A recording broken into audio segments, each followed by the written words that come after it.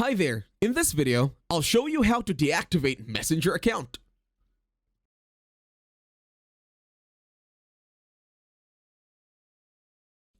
To start this tutorial, open and locate your Messenger application in your mobile device.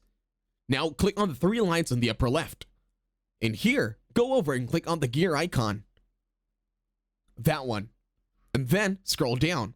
This time, go to Account Settings. This one over here. Now when you tap on it, this will lead you into your mobile internet browser. Just allow it to do so. And then it will go over to facebook.com in your internet browser. Now wait for the website to load this time. Once the website loads, scroll down. And then go to Personal Information. Once here, click on Access and Control. And now you can already proceed by going to deactivation and deletion.